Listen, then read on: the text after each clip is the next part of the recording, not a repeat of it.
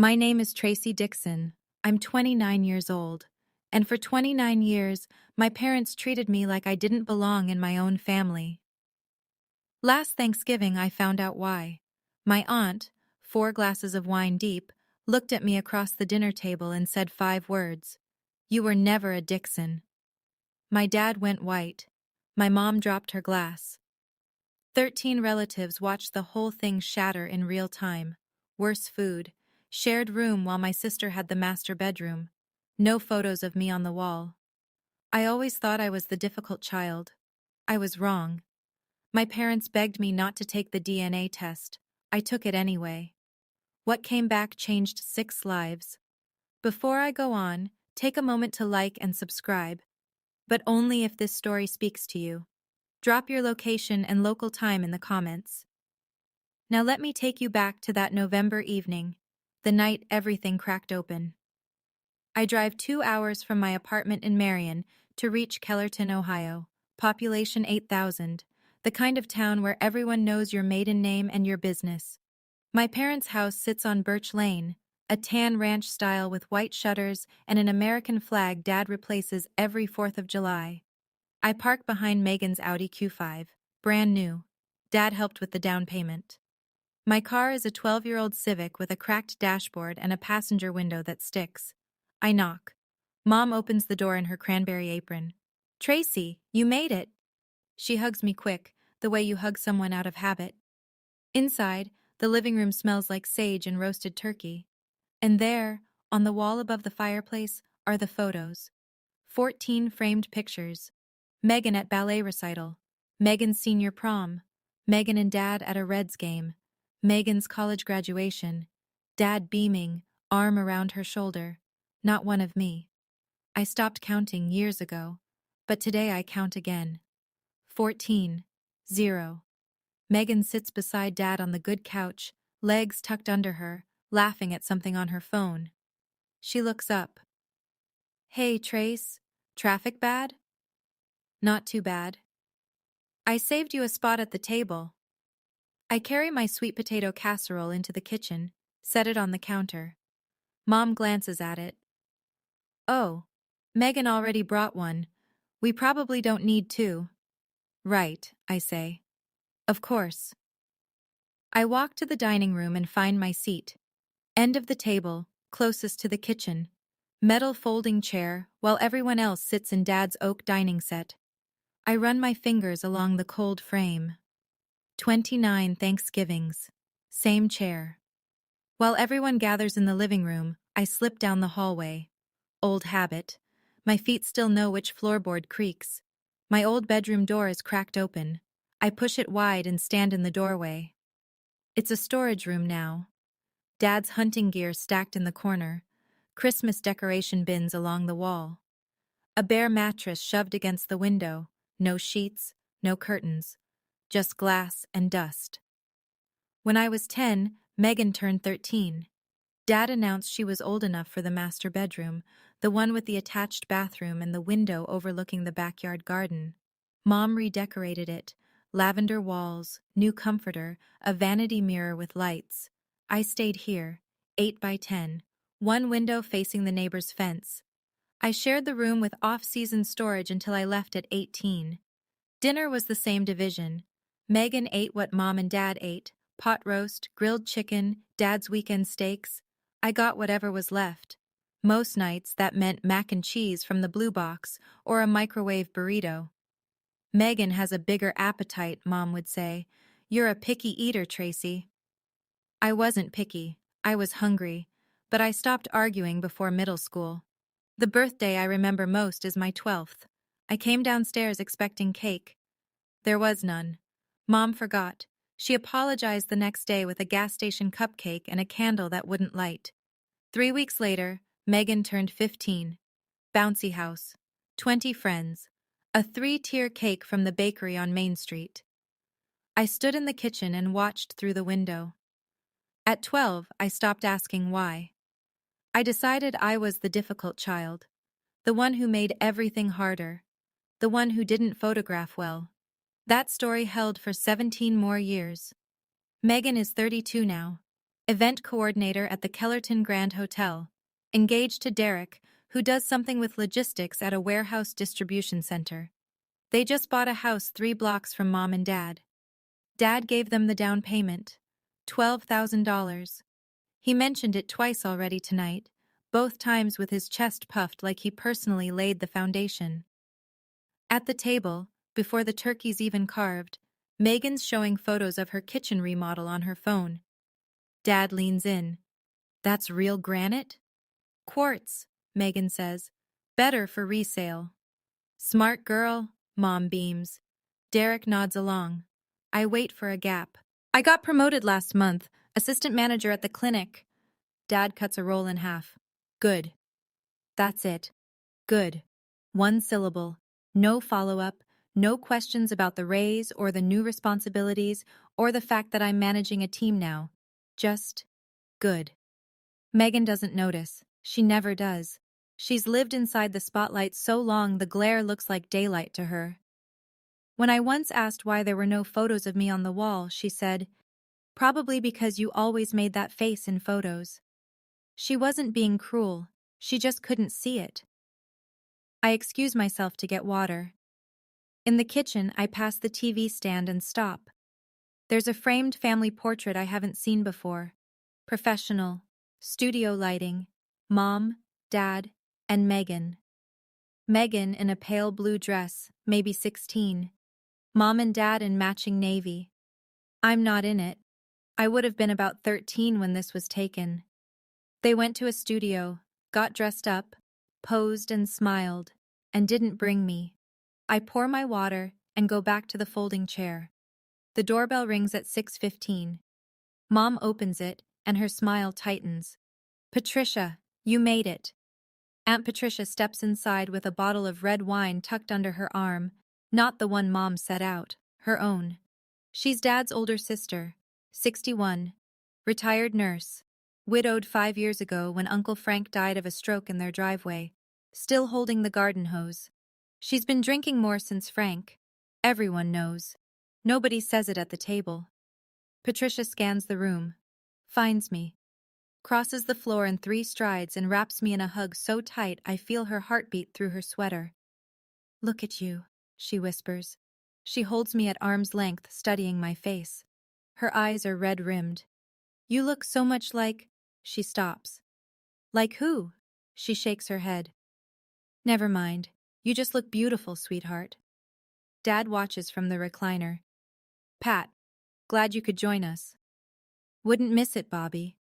He hates that name. His jaw tightens. Patricia sits in the living room chair closest to me. She smells like Merlot and mint.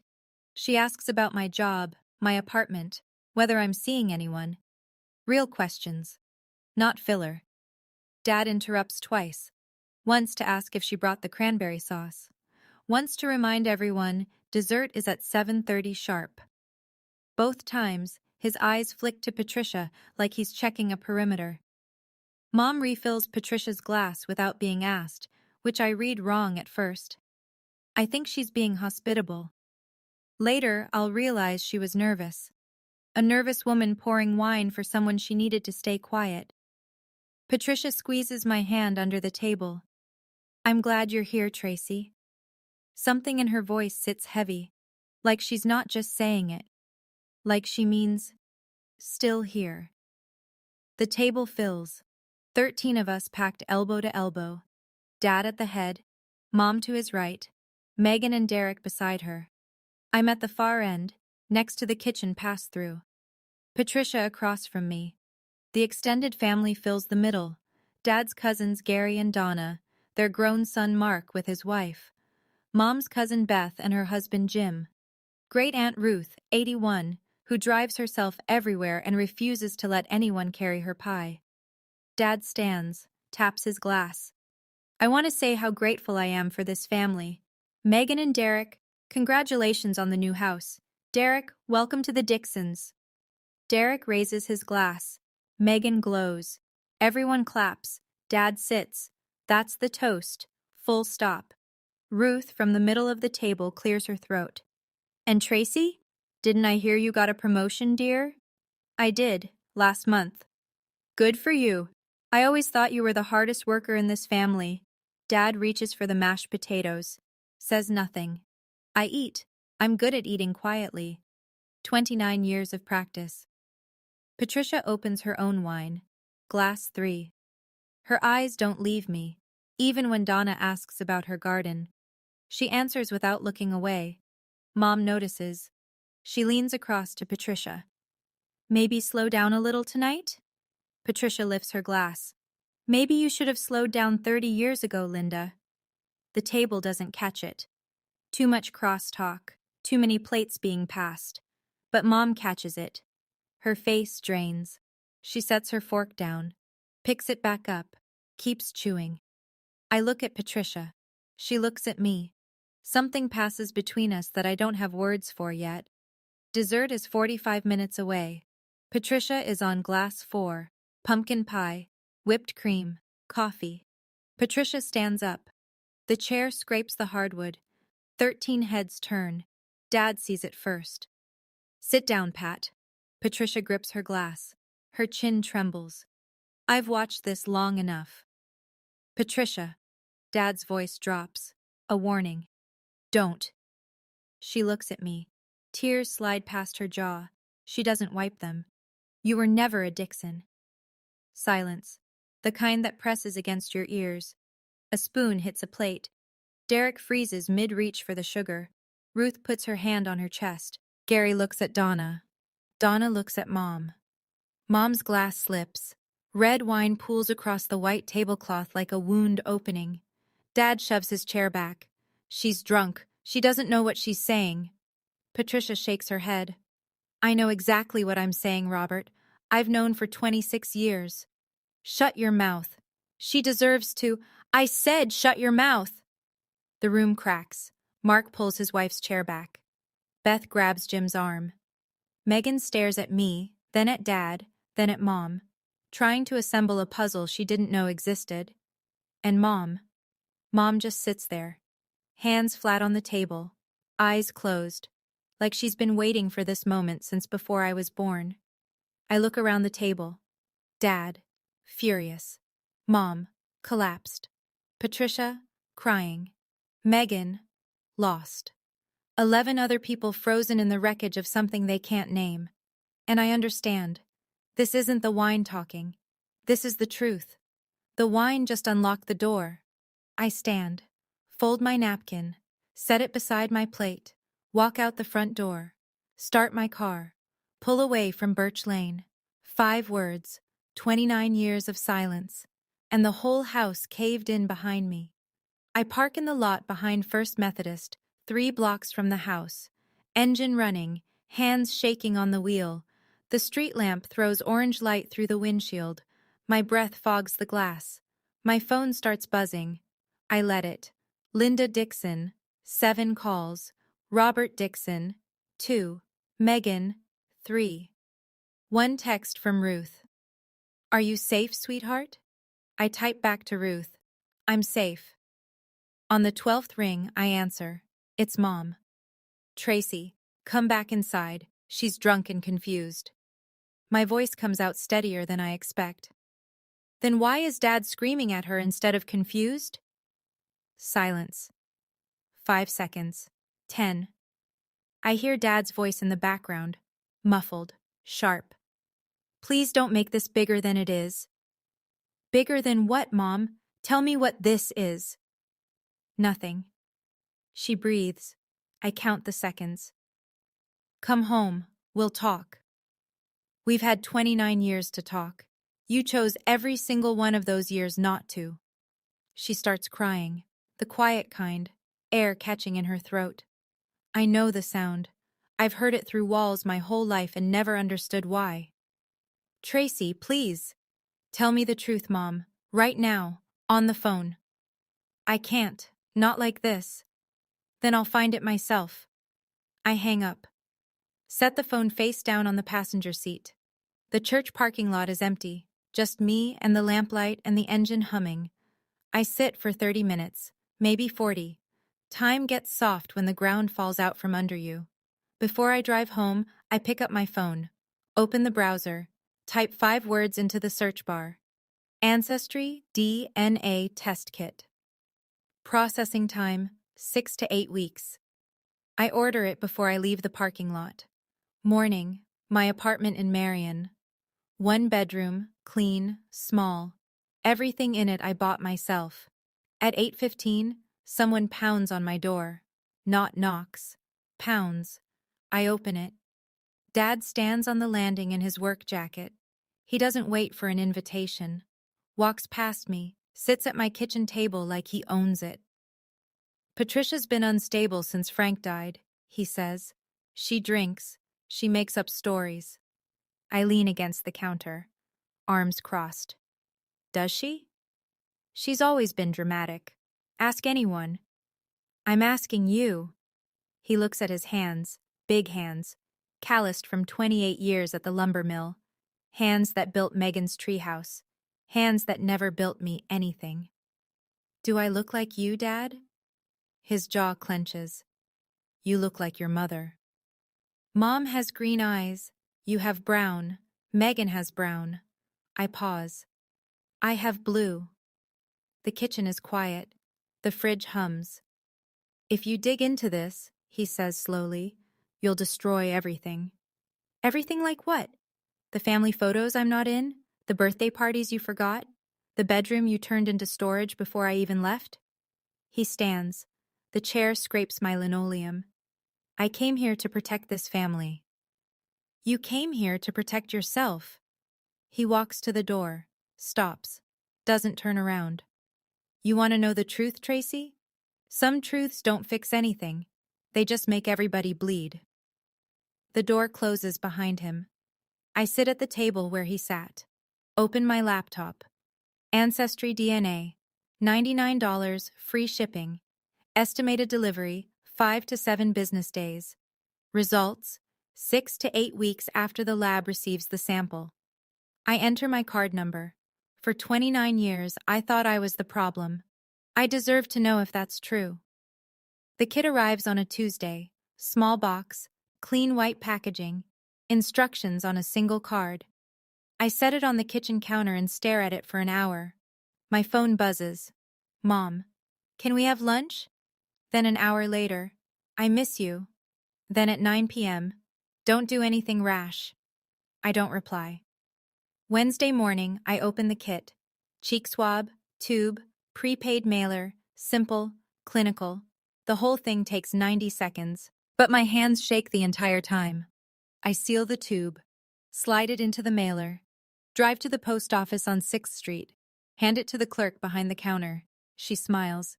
DNA test? Yeah. Fun stuff. My cousin found out she was 12% Scandinavian. I nod. Walk back to my car. On the drive home, I pass Birch Lane without meaning to. Force of habit.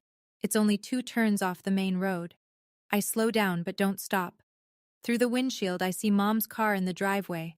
And the house. My old bedroom window. No curtains. Bare glass catching the afternoon light. Megan's old window next to it. New blinds. White, neat. 2 windows, side by side. One dressed, one bare. I drive on. The lab will process my sample in 6 to 8 weeks. That's all. 42 to 56 days. Then I'll know. In the meantime, everything looks different. Every memory has a second layer now. Every moment I thought I understood. Dad's coldness, Mom's deflections, Megan's spotlight, carries a question mark. I pull into my apartment complex. Sit in the car, 6 to 8 weeks. That's how long it takes to find out if your whole life has been built on someone else's lie. 3 weeks pass. I go to work. I manage the front desk at the vet clinic. I schedule surgeries and organize intake forms and hold people's hands when they bring in a dog that won't be going home. I don't go to Kellerton. I don't answer every call. Megan calls on a Sunday. What's going on, Tracy? Mom cries every night. Ask her why. She says you're being dramatic. Interesting word choice. Megan sighs. Can you just come to dinner? Pretend things are normal? Things were never normal, Megan. You just didn't notice. She's quiet, I hear Derek in the background, asking if she wants pizza or Chinese. She tells him pizza and comes back to me with nothing to say. We hang up. Dad sends one text. Just one, in 3 weeks. I hope you're happy with what you're doing to your mother. Not to me, not to us. To your mother. He still uses her as a shield. 29 years of putting her between himself and accountability. In the evenings, I go through old photo albums I brought from the house years ago. 3 albums. 240-some photos across 12 years. I find exactly 3 with me in them. All group shots. Church picnic. 4th of July block party. Somebody's retirement dinner. In each one, I'm at the edge of the frame, almost cropped out. But one photo stops me. A summer barbecue. I'm maybe 4. Mom stands near the grill, laughing, and beside her, a man I don't recognize. His hand rests on her shoulder. Casual. Comfortable. I flip the photo over. Handwritten on the back, in Mom's cursive. Summer 2000, Dixon Hartley, BBQ. Hartley. I've never heard that name in my life. I type Russell Hartley, Kellerton, Ohio, into the search bar at 11 p.m. on a Wednesday. Not much comes up. A white pages listing, expired. A 10-year-old church newsletter mentioning a donation. A high school basketball roster from 1986. Then Facebook. One Russell Hartley in Columbus, Ohio. Carpenter, self-employed, age 56. His profile picture is a workshop shot.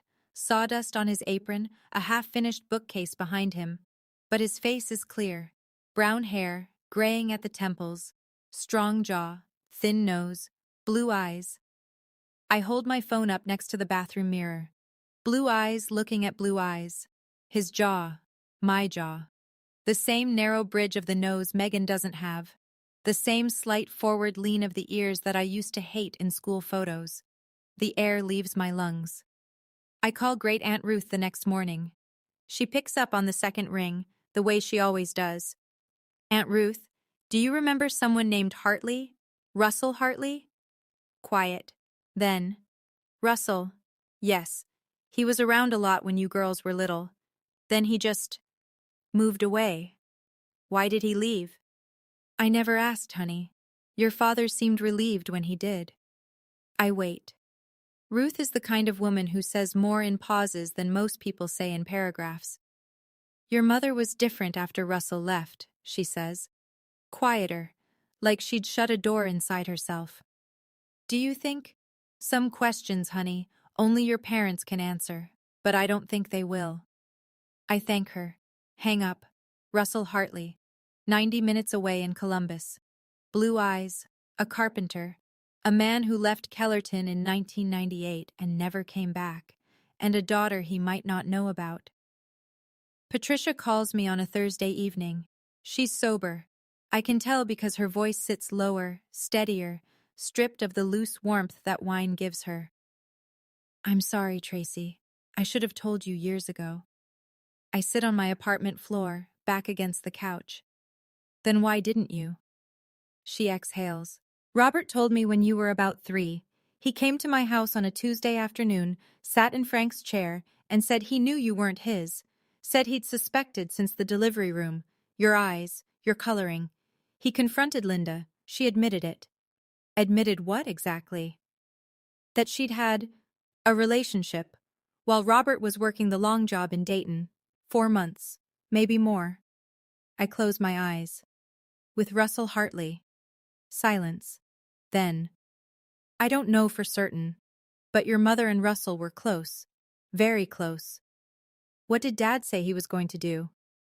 He said he'd raise you, but he'd never love you the same. He said it like it was noble, like he was doing God's work by not walking out. My throat tightens. And you agreed to keep quiet? He threatened to cut me out entirely. I wanted to tell you on your 18th birthday, Tracy.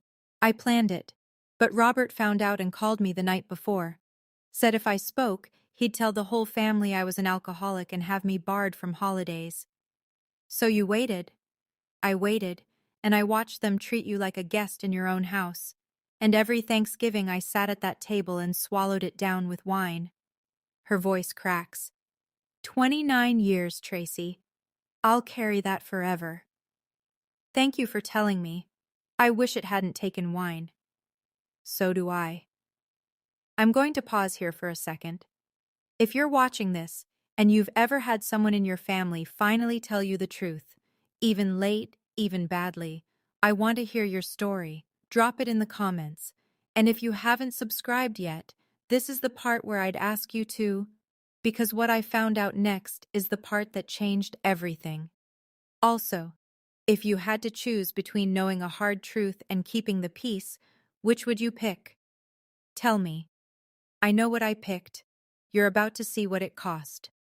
7 weeks after Thanksgiving, January 9th, a Thursday, I'm sitting at my kitchen table with a bowl of cereal I haven't touched when the email arrives. Subject line: Your ancestry DNA results are ready. My spoon stops halfway to my mouth. Milk drips onto the table. I set the bowl aside, open my laptop, log in. My fingers feel like they belong to someone else. The dashboard loads. Ethnicity estimate at the top, bright and colorful like it's a party. 48% English and Northwestern European, 22% Irish, 14% Scottish, 16% German and French. I stare at the numbers. Dad's family is Polish. Proudly, loudly Polish. His grandmother came from Warsaw. He keeps a framed map of Poland in the garage. Dixon family reunions serve pierogies and kielbasa. There is 0% Eastern European in my blood. I scroll down. DNA Relatives tab. No matches with anyone named Dixon. I click Parent/Child. The section is empty.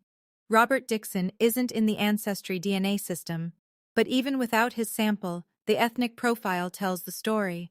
His bloodline and mine don't overlap. I sit there for 10 minutes, laptop open, kitchen quiet. The refrigerator cycles on and hums. Then I cry. Not the way I expected. Not rage, not grief. Relief. A pressure valve releasing something that's been sealed for 29 years. I wasn't the difficult child. I was just the wrong man's daughter. I wipe my face. Scroll down further. Close family matches. One name, Nathan Hartley. Predicted relationship, half-sibling, shared DNA, 26.4%. Nathan Hartley, 24 years old, Columbus, Ohio. Russell Hartley's son, my half-brother, 29 years of mac and cheese and folding chairs, and it was never about me, not once. I click Nathan Hartley's profile with the kind of care you use to open something fragile. 24. Columbus. His public photo shows a young man with dark brown hair and a slight beard, leaning against a truck. Jaw sharp, eyes, even in the small thumbnail, unmistakably blue. The shared DNA percentage sits on the screen like a verdict, 26.4%, consistent with a half-sibling. The algorithm doesn't lie. It doesn't have a reason to. I cross-reference. Russell Hartley's Facebook mentions a son named Nathan. Same age, same city. Nathan's Instagram is private, but his bio reads, Mechanic, Columbus, Ohio, God, dogs, engines. Russell Hartley is my biological father. It's no longer a suspicion. No longer Patricia's drunken confession or blue eyes in a bathroom mirror. It's science. Percentages. Base pairs that don't care about family dinners or folding chairs. I call Patricia. It's confirmed, I say. Russell Hartley. She cries. The sober kind. Sharp, short breaths. Oh, Tracy. Does Russell know about me? Quiet. Then. I don't think so. Robert made Linda swear she'd never tell him. He said if Russell found out he'd come back and the whole thing would unravel. The whole thing did unravel. 29 years too late. I hang up and stare at the name on my screen. Nathan Hartley. A half-brother.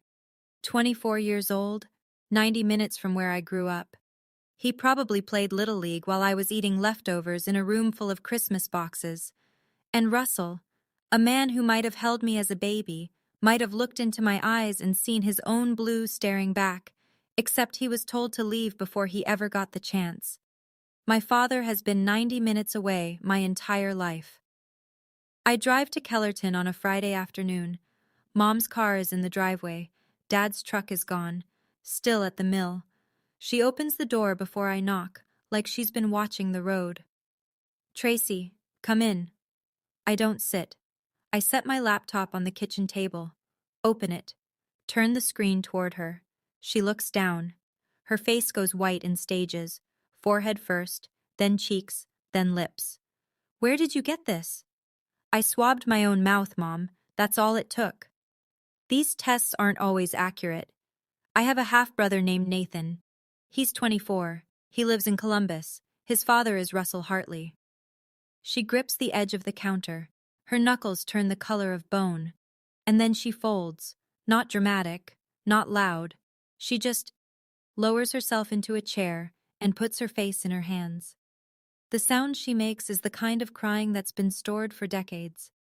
The story comes out in pieces. Russell was Dad's closest friend. Dad took a 3-month job in Dayton. Mom was 25, home alone with 3-year-old Megan. Russell came around to help, mow the lawn, fix a leaky pipe, bring groceries. It lasted 4 months, maybe longer. She doesn't remember exactly when it started.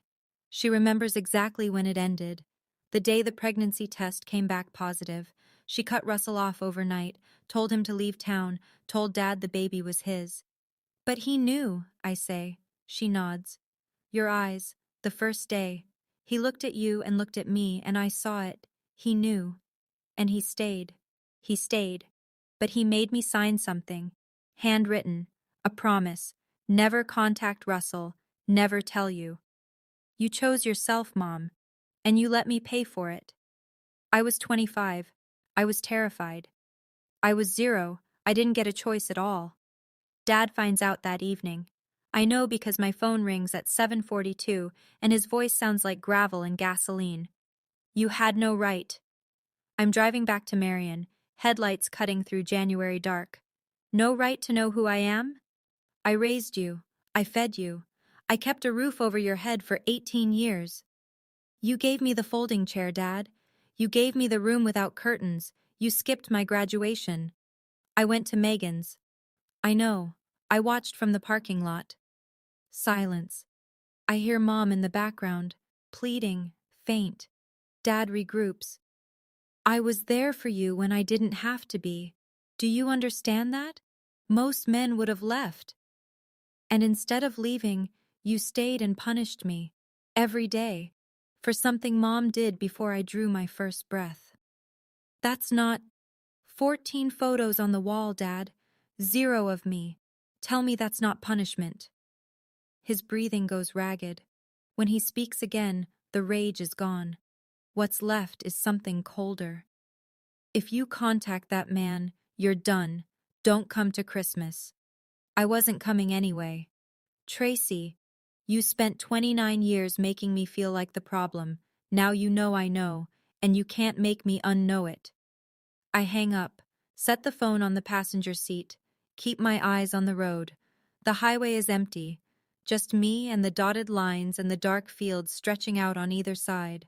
I should be shaking, I should be crying, but there's a strange stillness in my chest, the kind that comes after a long exhale. He said I'm done. He said don't come to Christmas. I decide right then, I'm going to contact Russell, and I'm going to Christmas. Both. Saturday morning, my apartment. Coffee going cold on the counter.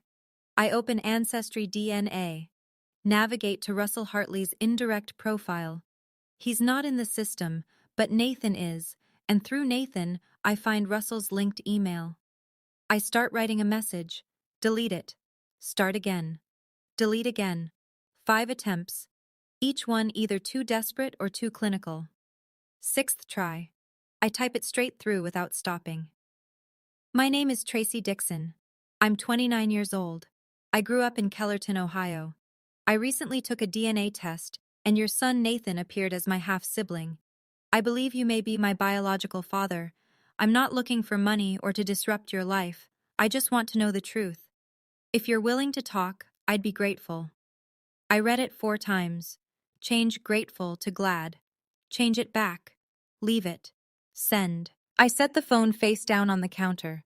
Walk to the bathroom. Turn on the shower. Stand under the water until it goes cold. There's something about sending a message like that. It's not like mailing the DNA kit. That was science. Anonymous. This is a person. A man who might be my father, who might read my name and feel nothing, or feel everything, or feel the kind of guilt that makes people delete messages and pretend they never arrived. I step out of the shower, wrap a towel around myself, stand at the mirror. For the first time, I study my face the way you study a map. Not for what's familiar, but for where things come from. Blue eyes, brown hair with a wave mom's hair doesn't have. The ears, the jaw. I look like someone, just not the people I grew up with. I leave the phone face down. I'll check it when I'm ready. Or when I'm not. 36 hours. That's how long I wait. Sunday night. I'm folding laundry on my bed when the notification pops up. Ancestry DNA message. From Russell Hartley. I sit down on the edge of the mattress. Hold the phone with both hands. Tracy, I just read your message 3 times. I didn't know. I swear on my life I didn't know. I left Kellerton in '98 because Linda told me it was over and I should go. She never told me she was pregnant. I have thought about her and about that time for almost 30 years. I never imagined. I can't even write this straight. Please call me. He left his phone number. I stare at it. 10 digits that might change everything that's left. I dial. It rings twice. Tracy? His voice is warm, careful. The kind of careful that comes from holding something you're afraid to break. Yes, hi. 10 seconds of silence. I hear him breathing. I hear myself breathing.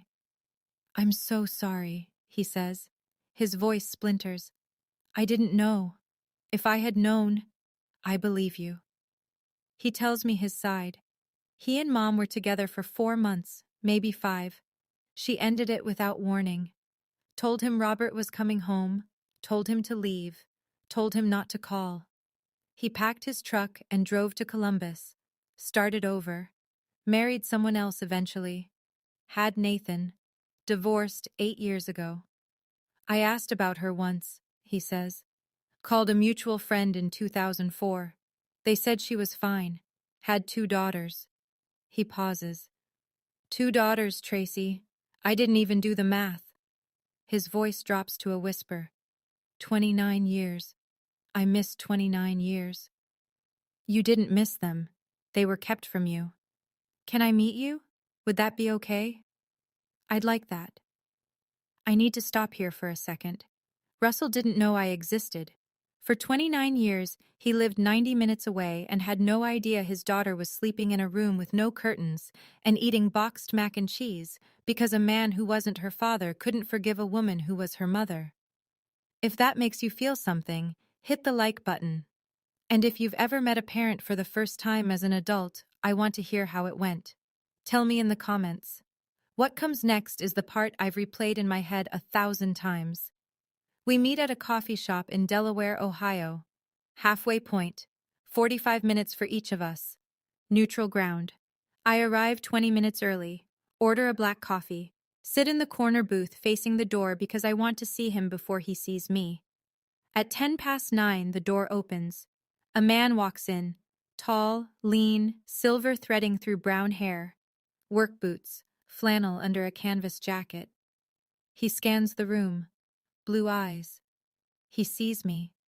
Stops. His hand goes to his chest like something hit him there. I stand. My legs aren't steady. He crosses the floor, stands 2 feet away, studies my face the way I studied mine in the mirror. You have my mother's face, he says. Exactly. I don't know what to say to that, so I don't say anything. He opens his arms. I step in. He holds me like I might disappear. We sit. We talk for 2 hours. He tells me about his carpentry, custom furniture mostly, kitchen tables, bookshelves, cribs. He tells me about Nathan. Good kid, works at an auto shop, lives in a duplex near campus. Tells me about the divorce, about the years after mom. I tell him about the vet clinic, about my apartment, about community college and paying my own tuition and driving a Civic with a cracked dash. His eyes go red. You did all that alone? I thought I was the difficult child. Turns out I was just the inconvenient one. He sets his coffee down, presses his palms flat on the table. You shouldn't have had to earn something that was owed to you from day one. Before we leave, he asks, "Does Robert know you're here?" "He told me not to contact you." Russell stares at his cup. He knew. He always knew. And he let me leave. Megan calls that evening. Her voice has a different weight to it, heavier, like she's been carrying something new all day. "Mom told me everything. Is it true?" "Which part? The affair, the DNA test, or the 29 years?" "All of it." "Yes." She's quiet. I hear her swallow. "Why didn't you tell me you were getting tested?" "Why didn't you ever wonder, Megan? Why I ate different food, why I slept in the storage room, why there are 14 photos of you on that wall and 0 of me?" "I thought—" She stops, starts again. "I just thought that's how families were." "That's because you were on the right side of it." The line goes so quiet I check to make sure she hasn't hung up. "I'm sorry, Tracy." Her voice is small, smaller than I've ever heard it. "I really am." "I believe you. But sorry doesn't rewrite 29 years. "No, I guess it doesn't." She sniffs. I hear Derek murmur something in the background. She waves him off. "What are you going to do?" "I'm going to Christmas." "Tracy, Dad said you weren't welcome." Dad said a lot of things. For 29 years, most of them were designed to keep me quiet and small. I'm done being quiet. He'll lose it. Maybe. But there are going to be 16 people in that room, and every single one of them deserves to hear the truth from me, not the version Dad spins, not the version Mom hides behind. Mine. Megan exhales. "Do you want me there?" I didn't expect that. "You'd come? Even knowing what I'm going to do?" "You're my sister, Tracy. That part was never a lie." Something loosens in my chest. Small, but real. "Yeah, I want you there." December 24th, 6:30 p.m. The Dixon House on Birch Lane. I park on the street this time, not in the driveway. I want a clear path out. I'm wearing a navy blazer over a white blouse. First time I've dressed sharp for a family event. It's not for them. It's for me. Armor looks different when you're the one choosing it. My tote bag sits on the passenger seat. Inside, a manila envelope with my ancestry DNA results printed in full. Ethnic breakdown, relative matches. Nathan Hartley, half-sibling, 26.4% shared DNA. I take a breath, pick up the bag, walk to the door. The house is louder than Thanksgiving. 16 people. Extended family packed into every chair. The same 14 photos line the wall. Christmas lights strung along the mantel. Bing Crosby on the speaker. Mom sees me first. Her face cycles through 3 expressions in 1 second. Relief, then fear, then a careful blankness she's clearly been rehearsing. "Tracy, Merry Christmas." She reaches for a hug. I let her. Dad stands near the fireplace. He watches me walk in the way a man watches weather he can't control. "I told you." "Merry Christmas, Dad." I sit in the living room. Ruth catches my eye from across the room and nods. Small, deliberate. Patricia is in the corner chair, stone sober, hands clasped in her lap. Megan and Derek arrive 5 minutes after me. Megan squeezes my arm as she passes. Mom pulls me into the kitchen. "Tracy, please, not tonight." "I haven't done anything, Mom. I'm just here for dinner." I know that look. "Then you know what's coming." She stares at me. I stare back. She turns away first. The envelope sits in my tote, beside the folding chair. Waiting. Dinner. Dad stands at the head of the table, taps his glass the way he does every year, the patriarch performing his role. "I want to thank God for this family, for another year together, for Megan and Derek's beautiful new home, Derek, welcome, son. And for good health all around. He sits, picks up his fork. Ruth clears her throat. Same as Thanksgiving. And Tracy, Robert? Didn't she get promoted? Dad's smile doesn't reach his eyes. Tracy can speak for herself. The table shifts. Gary glances at Donna. Mark's wife stirs her wine. Dinner moves. Plates pass. Conversation hums. But there's a frequency underneath it. A tension everyone feels and no one names. During gift exchange, Megan hands me a small box. Inside, a cashmere scarf, deep blue. I saw it and thought of you, she says. Her eyes are glassy. I nod. Wrap it around my neck. Mom gives me a $25 gift card to Target. Generic. Shrink-wrapped. The kind you grab at checkout. Dad gives me nothing. He gives Megan a framed photo of her and Derek at the new house. She hugs him. He holds her. This is going right on the wall, he says. And there it is. The wall. 14 photos of Megan. The same wall I've stared at for 29 years. He's adding a 15th. I look at that wall, and something in me, something that has been bending for 3 decades, finally, quietly, snaps. Not anger, not grief, just clarity.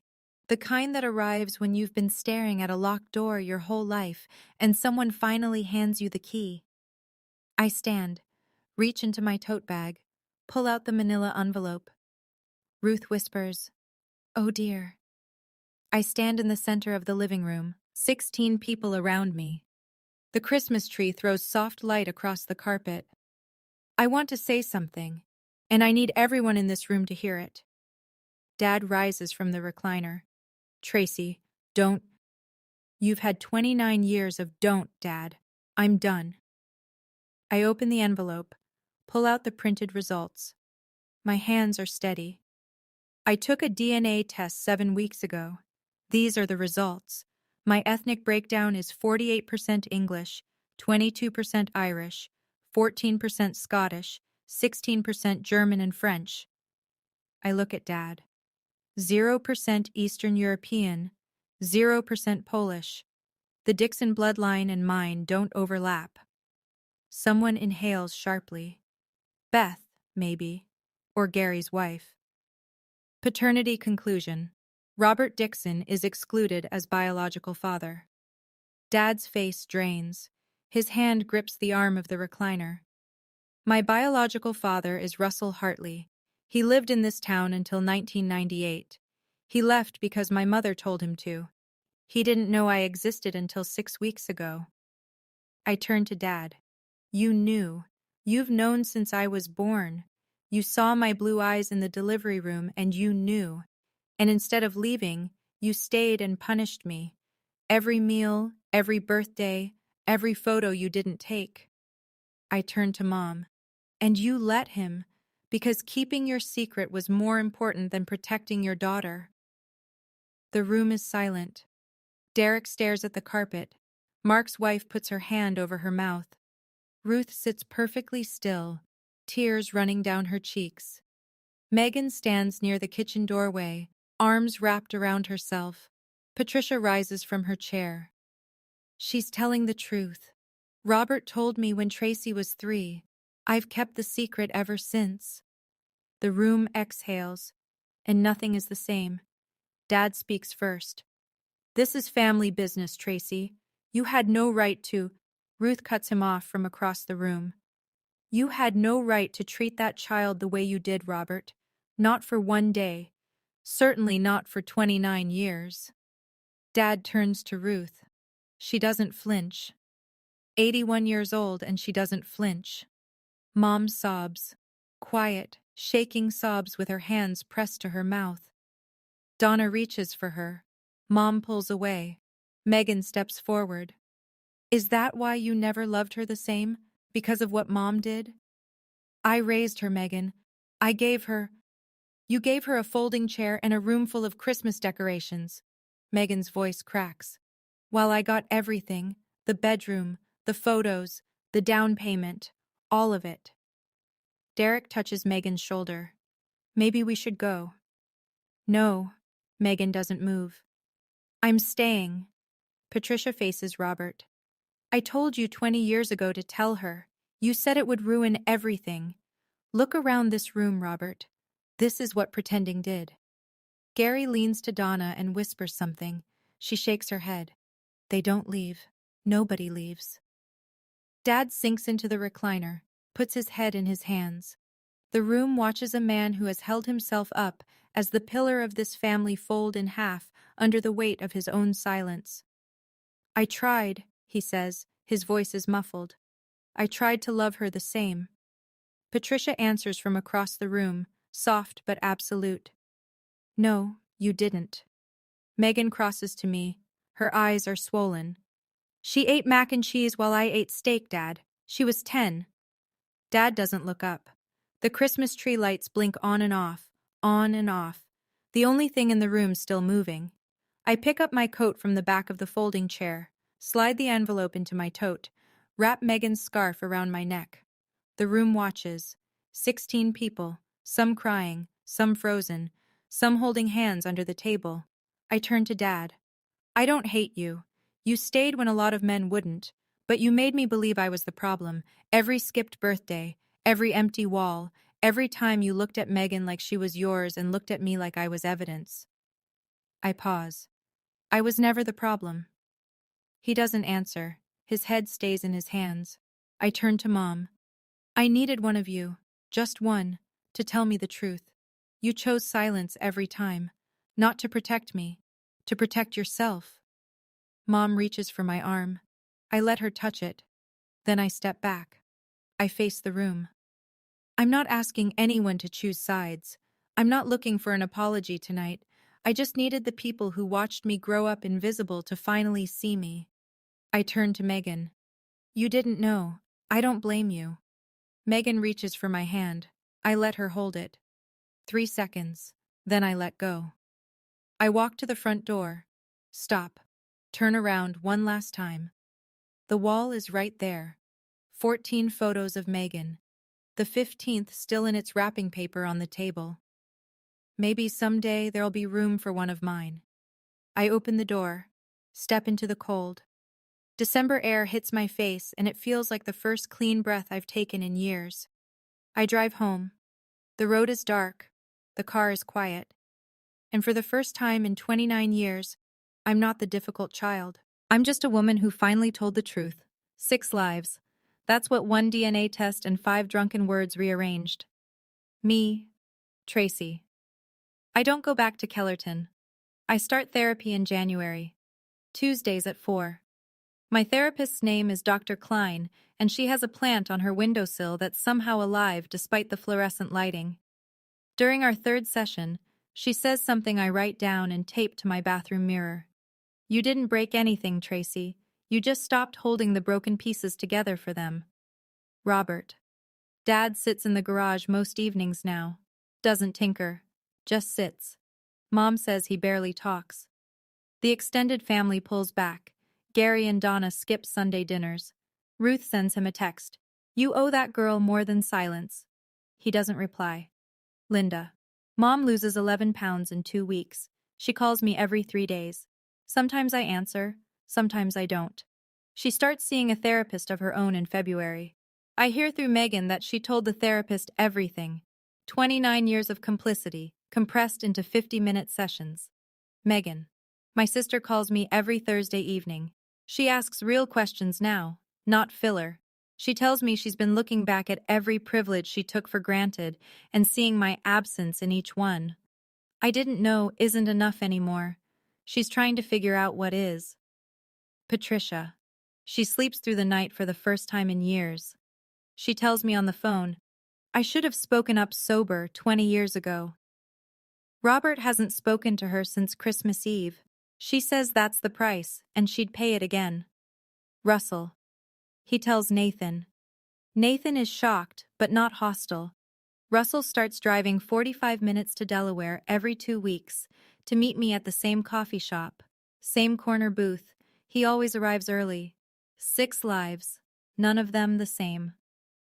Russell brings Nathan on the 3rd visit, February. The coffee shop is slow, just us, and an older couple reading newspapers in the window. Nathan is 24, broad shoulders, grease under his fingernails that never fully comes out. He shakes my hand instead of hugging me, which I appreciate. Some people need a running start. We sit. Russell orders for all three of us. 3 black coffees. Nathan adds cream to his when it arrives. So, Nathan says, same dad, huh? Apparently. Cool. He nods, staring at his cup. I always wanted a sister. I laugh. Real, full, unexpected. The sound surprises me. I can't remember the last time I laughed without thinking about it first. Nathan looks up. Russell looks at both of us. His eyes go red. You two have the same laugh, he says. Exact same. Nathan smirks. She got the better version. We talk for an hour. Nathan tells me about the auto shop, about his apartment with the leaky radiator, about the truck he's restoring in Russell's garage, a '91 Ford that needs everything. I tell him about the vet clinic, about the stray cat I've been feeding on my back stairs, about the time I accidentally scheduled 3 surgeries on the same morning and had to triage a poodle. He tells me Russell talked about Kellerton sometimes. He'd get this look, staring at nothing. I always thought it was about a girl. He glances at Russell. I guess it was about 2. Russell sets his cup down, presses his palms flat, the same gesture he made the first time, steadying himself. 29 years late, Nathan says. He extends his fist across the table. But welcome to the Hartleys. I bump it. It's not everything, but it's a beginning. February turns to March. Snow melts into mud. The days get longer. On a Thursday, I find a letter in my mailbox, handwritten. No return address, but I recognize the handwriting. Tight, slanted left, the way a man writes who learned cursive from nuns. I sit at the kitchen table and open it. It's written on yellow-lined paper, the kind Dad keeps in the junk drawer next to the flashlight batteries. He doesn't start with Dear Tracy. He starts with the night I was born. The nurse placed you in your mother's arms and I stood there. You opened your eyes. They were blue, crystal blue. I looked at Linda. She looked at the floor. And I knew. I told myself I'd be big enough to love you the same, that I'd rise above it, that I could separate what she did from who you were. I couldn't. Every time I looked at you, I saw what she did. And every time I looked at Megan, I saw proof that she was mine. I held on to Megan because Megan was the only thing in that house I was sure of. I know that's not fair. I knew it then. I know it now. You were always a good kid, Tracy. Quiet, hard-working. You never complained. You just went smaller. And I let you. I watched you disappear into that house, and I told myself it was your choice. It wasn't your choice. It was mine. I don't expect you to forgive me, but I needed you to know I see it now. He signed it Robert. Not Dad, not love, just his name. I read it twice, folded along the original creases, put it in the top drawer of my nightstand. I don't reply, but I don't throw it away. Megan invites me to see the house in late March. First visit. She's been asking for weeks. I drive to Kellerton but don't pass Birch Lane. Megan and Derek live on Elm, 3 blocks east, tucked behind the elementary school. She opens the door before I park. You found it! Megan, it's a grid. Everything in this town is 4 minutes from everything else. She laughs, pulls me inside.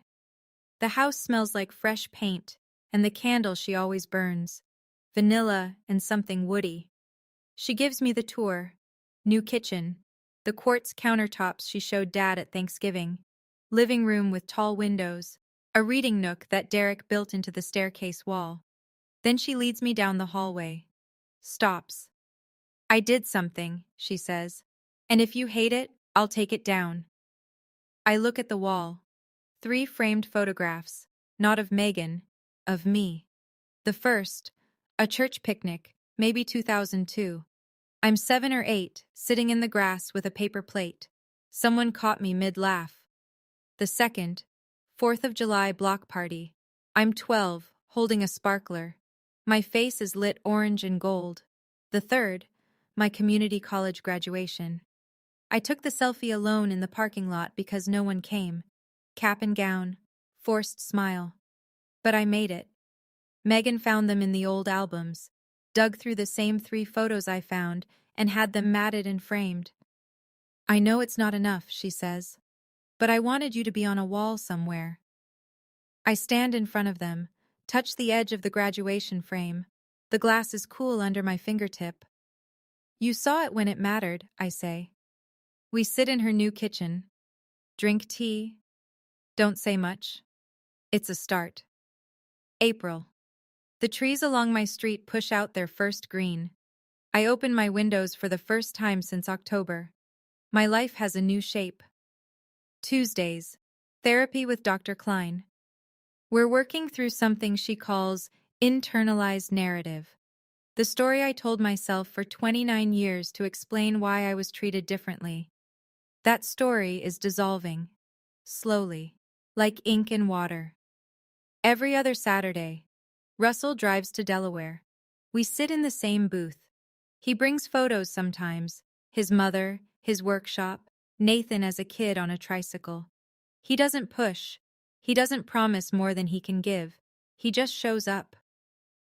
Thursdays, Megan calls. She asks about work, about Russell, about what I'm reading. She's learning how to be a sister to me instead of beside me. The difference is small, but real. Nathan comes to my apartment on a Wednesday to fix the kitchen faucet that's been dripping since November. He brings his own tools and a 6-pack of root beer. He fixes the faucet in 20 minutes and stays for 2 hours. We watch a documentary about deep-sea creatures and argue about whether octopuses are smarter than dogs. Robert. I haven't seen him. Megan says he's quieter, smaller. She says the garage light stays on past midnight most nights. I've read his letter 4 times now. I keep it in the drawer. I'm not ready. But the drawer isn't locked. Linda calls every Sunday. I answer most of them. Keep them short. She's doing therapy. She told me last week, I should have fought for you, Tracy. I said, yes, you should have. We sat in the silence together. It wasn't comfortable, but it was honest. One afternoon, I buy a small frame. Silver. Simple. I put a photo in it. The selfie of me, Nathan, and Russell at the coffee shop. First family photo. I set it on the shelf beside my front door. A Saturday in late April. My apartment is clean. Sunlight cuts across the living room floor. I stand on a step stool with a hammer, 4 nails, and 4 frames. The first goes up left of center. My community college graduation, the selfie, cap and gown. No one there to hold the camera but me. I earned that diploma working 30-hour weeks at the clinic and studying at a desk I bought from Goodwill. It goes on the wall. The second, Russell and me at the coffee shop, our first meeting. He's leaning forward, mid-sentence, hands wrapped around his mug. I'm listening. My face is open in a way I don't recognize from older photos. It goes on the wall. The third, Nathan and me. He's making a face at the camera, tongue out, cross-eyed. And I'm laughing. The same laugh Russell says matches his. It goes on the wall. The fourth, Megan and me, taken on her front porch last month. She has her arm around my shoulder. I have mine around hers. We're not performing. We're just standing there, together, the way sisters do. It goes on the wall. I step down, set the hammer on the counter, stand back. 4 photos, not 14. No studio lighting, no matching outfits, no patriarch beaming from the center. Just me. In every single one. Patricia said 5 words at a Thanksgiving table. You were never a Dixon. For 29 years, that would have destroyed me. I would have heard it as confirmation, proof that I was the difficult child, the one who didn't belong. But now I hear it differently. I was never a Dixon. I was always something else, something no one let me be. My name is Tracy. I'm 29. For the first time in my life, I know exactly whose daughter I am. 4 photos, all mine. That's more than enough. That's my story. 6 lives, 1 DNA test. 29 years of silence broken by 5 words at a Thanksgiving table. If this story stayed with you, I want you to think about this. Is there a truth in your family that everyone knows but no one says out loud? And if someone finally said it, would it destroy your family or would it set someone free? Drop your answer in the comments. And if you want more stories like this, check the description for the next one. Thank you for being here. Wherever you are, whatever time it is, I'm glad you stayed.